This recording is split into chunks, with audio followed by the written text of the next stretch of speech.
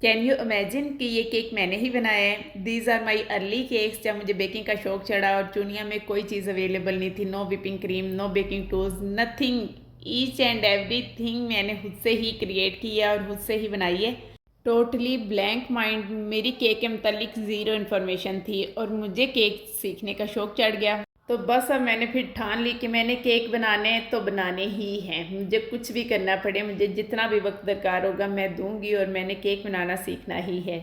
अब मैं आपको अपनी बेकिंग जर्नी बताना चाह रही हूँ क्योंकि इसकी बहुत ज़्यादा रिक्वेस्ट आई थी, मुझे कैसे बेकिंग का शौक चढ़ा और मैंने बेकिंग स्टार्ट क्यों की। ये सारी बातें आज की वीडियो में मैं आप लोगों के साथ शेयर करने वाली हूँ।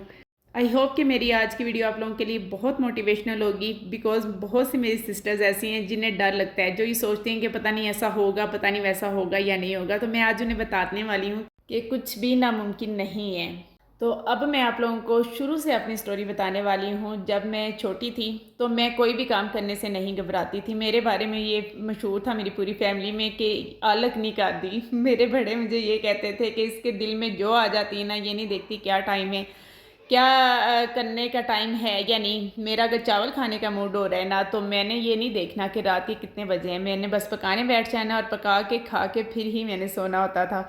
जो क्वेश्चन मेरे माइंड में उठता था तो मैं उसके ऊपर रिसर्च करने लग जाती थी और मैंने उसकी तह में जाकर ही सांस लेना होता था। मुझे मना भी करते थे, मुझे अम्मी अबू मोर रोकते थे, ना किया करो, ना शरारतें किया करो, किन कामों में पड़ी रहती हो, किन पंगों में लगी रहती हो। मैं चोरी छुपे कर लिया करती थी लेकिन मैं करके ही छोड़ती होती थी।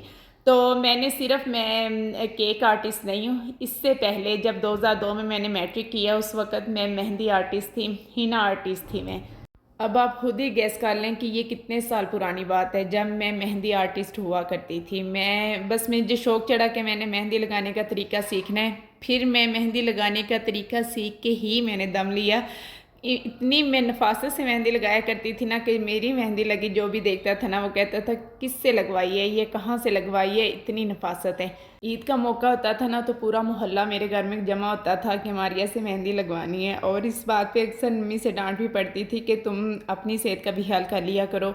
उस वक्त चुनिया में आम दिनों में मेहंदी नहीं मिलती थी, सिर्फ ईद के मौका पर मेहंदी मिलती थी। और जैसे ही ईद का सीज़न ख़त्म होता था, 2-4 दिन महीना तक मेहंदी अवेलेबल होती थी, उसके बाद मेहंदी अवेलेबल नहीं होती थी। तो जो कोई लाहौर जाता था, कसूर जाता था, किसी भी बड़े सिटी में किसी का चक्कर लगता था तो मेरा यही क्वेश्चन होता था कि मेरे लिए मेहंदी ज़रूर लेते आना। तो मैं मेहंदी इस तरीके से मंगवा लिया करती थी।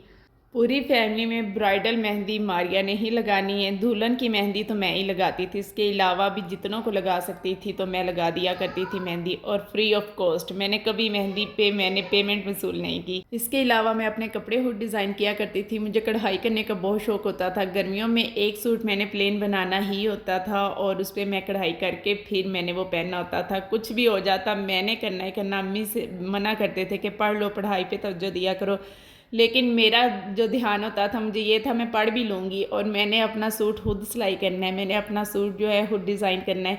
जब मैं बीए के एग्ज़ाम दे के फ़ारग हुई तो मैंने अपने अब्बा से कहा कि मुझे एक टेलर से कपड़े से कटिंग प्रॉपर प्रोफेशनल कटिंग करनी है और स्टिचिंग मैंने सीखनी है। फीमेल टेलर्स थी हमारी चुनिया में, तो मैं सोच रही थी कि मैं उनसे थोड़ा सा सीख लिया, एटलीस्ट मैं अपने कपड़े खुद डिज़ाइन कर लिया करूँ। तब अब्बू ने मना कर दिया। उन्होंने कहा कि पढ़ाई की तो एक उम्र होती है, ये तो उम्र के किसी भी हिस्से में सीखे जा सकते हैं। तो उन्होंने मुझे लाहौर भेज दिया छोटा सा एक 3 माह का कोर्स करने के लिए, तो फिर मैं नहीं सीख पाई थी।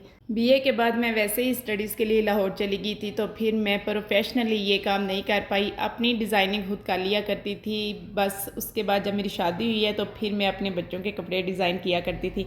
फिर मैं बहुत ही दिल से अपने शौक़ पूरे किया करती थी क्योंकि मेरे हस्बैंड मुझे सपोर्ट करते थे। मैं जो काम करना चाहती थी मुझे अलाउ था। तो फिर मैं अपनी मर्ज़ी से फिर मैं डिज़ाइनिंग किया करती थी कपड़ों के, बच्चों की फ़्रॉक्स बनाती थी। अपनी मर्ज़ी से मैं डिज़ाइनिंग करती थी और ये जर्नी थी आज से 5-6 साल पहले तक की। उसके बाद फिर मेरे साथ एक प्रॉब्लम हो गया जिसकी वजह से फिर मैं कोई भी काम नहीं कर पाई।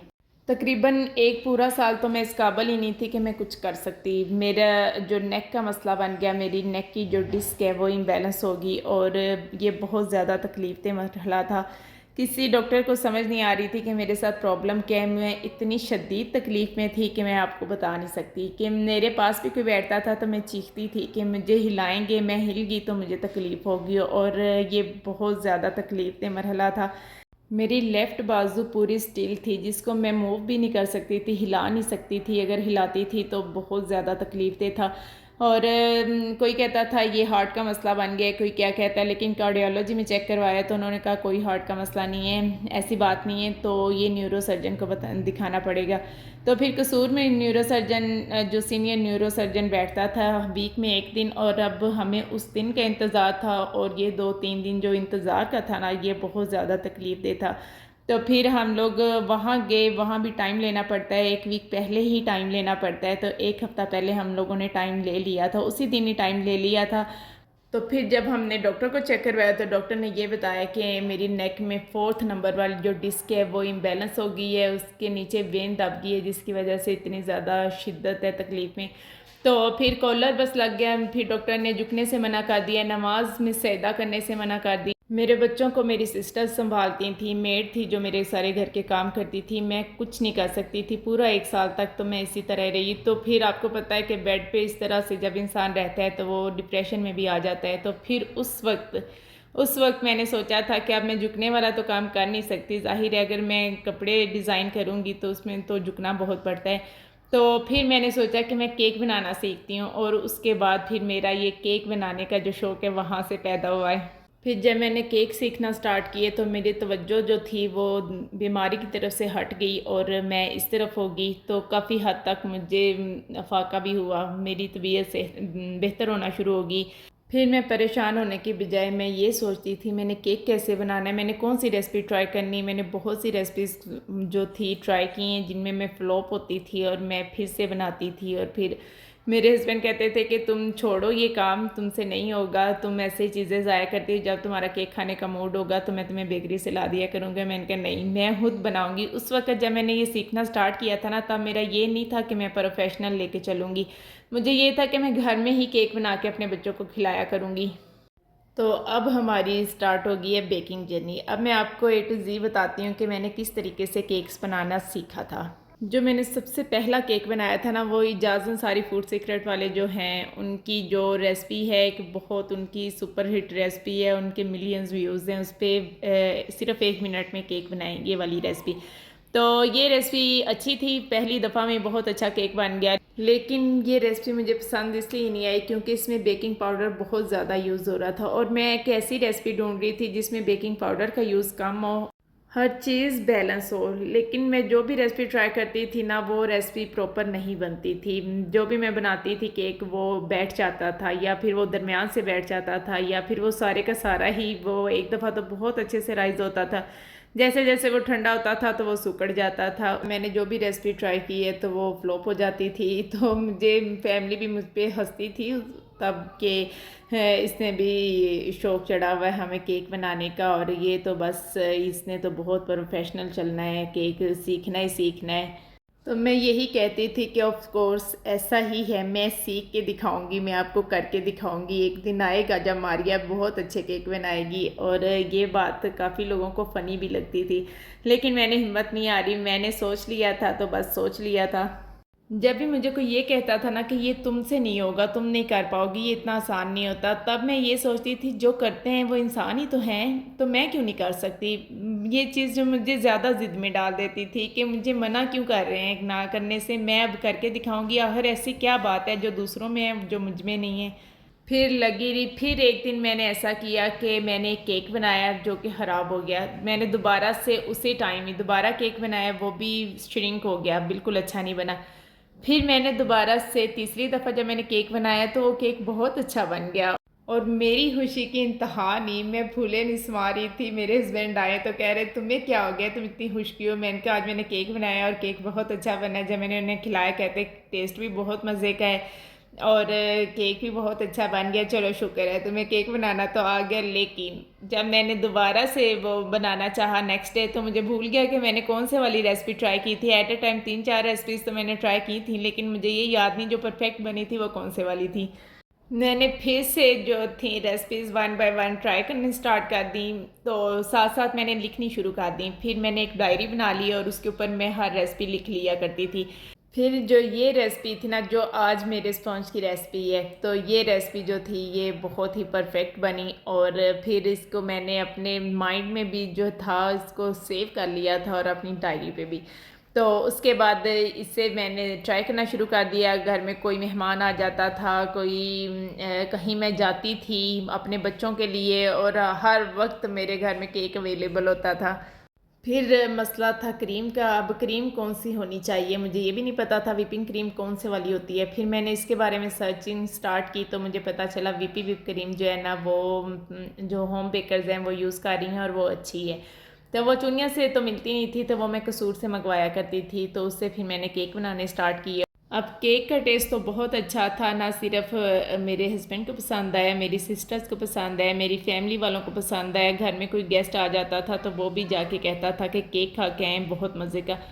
और फिर मैंने सोचा क्यों ना मैं इसे प्रोफेशनल लेके चलूँ। तो इस पर भी मेरे हस्बैंड कहते थे कि अच्छा नहीं लगता, मुझे शर्म आएगी कि मेरी बीवी केक बना के सेल करती है, तो तुम रहने दो, ऐसे अच्छा नहीं लगता। मैंने कहा नहीं, मैंने करना है, मैंने करना है तो करना है। और हर कोई यही कहता था चूनिया में तुमसे केक बनवाना किसने है, यहाँ तो 250 का केक लोग साल के बाद मंगवाते हैं बेकरी से, और तुम केक सेल करने के बारे में सोच रही हो। तो मैं यही कहती थी, तो हाँ तो मैं बताऊंगी ना कि केक भी कोई चीज़ होती है। उन्हें मैं अपने शहर वालों को इन्फॉर्मेशन मैं दूंगी, मैं उन्हें बताऊंगी कि केक खाना चाहिए, केक बहुत अच्छी चीज़ होती है, होममेड केक से कुछ नहीं होता। बेकरी वाला केक खाने से मेरे बच्चों की तबीयत ख़राब हो जाती थी। मेरी बड़ी बेटी को सांस का प्रॉब्लम था, तो जिस दिन केक आता था घर में उसी दिन इसका सांस ख़राब हो जाता था। और जब से मैंने केक बनाना स्टार्ट किया फिर माशाल्लाह कोई मसला नहीं होता था। जाहिर है फ्रेश होते थे, अच्छी क्वालिटी होती थी, क्रीम की क्वालिटी अच्छी होती थी, हर चीज़ जो थी वो क्वालिटी की थी। तो जब यही क्वालिटी मैंने सोचा मैं अपने कस्टमर्स को दूंगी तो उन्हें पता चलेगा ना कि बेकरी में और घर के केक में क्या फ़र्क है। तो बस फिर ऐसा ही हुआ। स्टार्ट में पहले साल में मैक्सिमम मैंने 6 से 7 केक बनाए होंगे, और बस जो कोई मुझे कहता था तब मैं सामान मंगवाती थी और फिर मैं केक बना के दे दिया करती थी। और पहले साल में तो इसी तरह हुआ, लेकिन कुछ लोग ऐसे भी थे जिन्होंने मुझसे बनवा के खाए, नेक्स्ट टाइम उन्होंने बेकरी से ही बाय किया, तो फिर उन्हें पता चला है कि होममेड केक में और बेकरी के केक में क्या फ़र्क है। ज़ाहिर है वहाँ छोटा शहर था और सस्ती चीज़ थी, और उसकी फिर उतनी ही क्वालिटी होनी है ना जितनी उसकी प्राइस होनी है। तो बस इसीलिए फिर लोगों को पता चल गया। कुछ लोग ऐसे थे जो कि लाहौर से ही बाय किया करते थे, चुनिया से कभी उन्होंने केक लिया ही नहीं था। फिर ये हुआ कि जब उन्हें पता चला तो उन्हें फिर लाहौर जाने की ज़रूरत नहीं पड़ी, वो फिर चुनिया से मुझसे ही केक बनवा लिया करते थे। और जैसे जैसे मेरा ऑर्डर वर्क ज़्यादा होना शुरू हो गया तो मेरे काम में भी नफासत आने लग पड़ी। पहले कोई भी परफेक्ट नहीं होता। ये अक्सर मुझसे क्वेश्चन करते हैं कि लेवल कैसे होगा, हमारा केक लेवल नहीं होता, उसके एजेस जो हैं वो झुक जाते हैं। तो ये प्रैक्टिस से ही आता है। मेरे भी इसी तरह के होते थे, लेकिन प्रैक्टिस कर कर के मुझे अंदाज़ा हो गया कि केक परफेक्ट और लेवल कैसे बनते हैं और शार्प एजेस कैसे बनते हैं। तो बस फिर ऐसा हुआ कि पहले साल में 3-4 लोगों ने ही मुझसे केक बनवाए, ज़्यादा से ज़्यादा 7-8 लोगों ने बनवा लिया होगा। इससे ज़्यादा मेरा नहीं ख्याल कि मुझसे किसी ने केक बनवाया होगा। और जो कहते थे कि चूनिया में किसने तुमसे केक खाना है, वो यही कहते थे कि बस तुम्हें कहा नहीं था कि चूनिया में कोई तुम्हारा केक नहीं बाय करेगा। लेकिन मैं बस ज़िद में थी कि मैंने करना है तो करना है। तो फिर वो लोग मेरे साथ अटैच हुए जो मेरे लिए मोटिवेशनल बने, जिनकी वजह से मैं आज इस लेवल पे हूँ। अच्छा, अर्ली स्टोरी तो मैंने आपको सुना दी है। अब नेक्स्ट अपने बिज़नेस को मैंने कैसे प्रमोट किया था ये मैं नेक्स्ट वीडियो में बताऊंगी। तो नेक्स्ट वीडियो तक अल्लाह हाफिज़।